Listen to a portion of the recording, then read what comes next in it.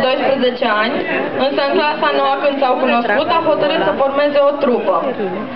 Au mers la baluri și alte spectacole, iar în 2009 au participat pentru prima dată la Cupa Liceelor de Street Dance, sub numele de Delirium Crew. Anul acesta, trupa este formată din 8 dansatori iscusiți, ambițioși, muncitori și dornici să câștige. Miki, Lulu, Dede, Zizi, Moni, Big Ben, Kiki și Zuki. Doresc să arate că Brașovul știe să danseze.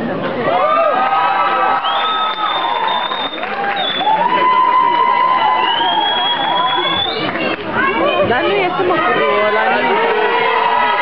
Vezi altceva. Nu. Lulu se turna pe râu.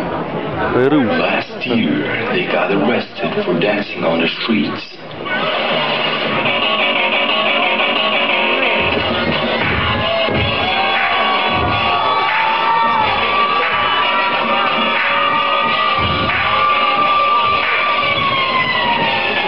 Welcome to Rise County Prison.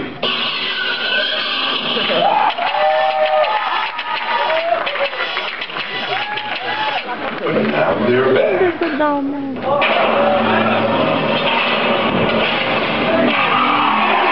Nu știu, mă. Ăștia care alea.